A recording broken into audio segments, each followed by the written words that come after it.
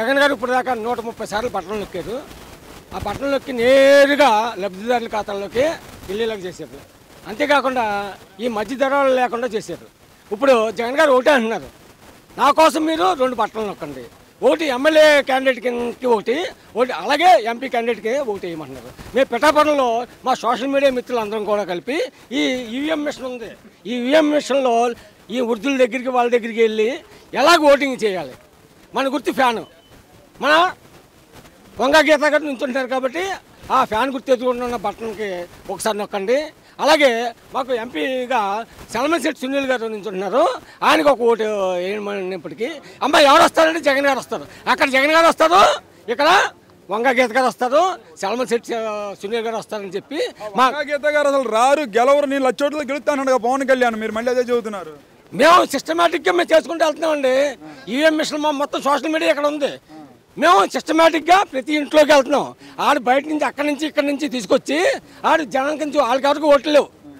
అక్కడ 70,000 మంది ఉంటే మా కాపులు చాలామంది జగన్కి తరపున వేస్తారు తప్ప పవన్ కళ్యాణ్కి వేయరు. కానీ మీరు సోషల్ మీడియా అంటున్నారు ఎందుకని? ఇప్పుడు జగన్మోహన్ రెడ్డి గారు రాష్ట్ర వ్యాప్తంగా 74,313 స్కూల్స్ డెవలప్మెంట్ చేస్తారు, నాడు నేడు కింద అటు చూస్తే 9 పోర్టులు 17 మెడికల్.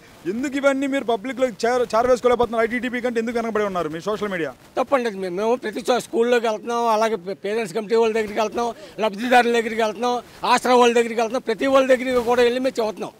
మా కాకినాడలో ఉన్న గ్రూపులు, జిల్లాలో ఉన్న గ్రూపులు భారతదేశంలోనే ఎక్కడా లేవు. మాకు డ్వాక్రా మూవ్మెంట్ అనేది చాలా ఎక్కువగా ఉంది. అనేక పథకాల ద్వారా అక్కడ మహిళలు మోటివేట్ అయిపోయి ఉన్నారు.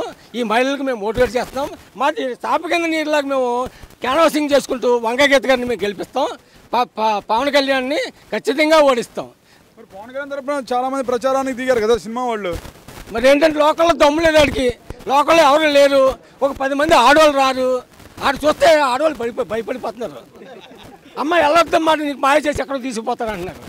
అలాంటి మాయగాడికి ఎక్కడ వేస్తారండి? కాబట్టి పేరు పడిపోయి అమ్మాయిల్ని మోసం చేసే బ్రాండ్ అంబాసిడర్ కింద పవన్కి పెద్ద పేరు వచ్చింది, అందరూ భయపడిపోతున్నారు. కానీ మా వంగగీత గారు కాపులు ఆడపడిచి ఆవిడ కూడా కాపులు ఆడపడిచి కింద మొత్తం నియోజకవర్గంలో ఆవిడకి 70,000లో ఈవిడికి 50,000 పైన వచ్చేలాగా ఉంది. అలాంటప్పుడు 1,00,000 ఎక్కడి నుంచి మెజార్టీ వస్తుంది అంటే కాపులే ఉన్నారా?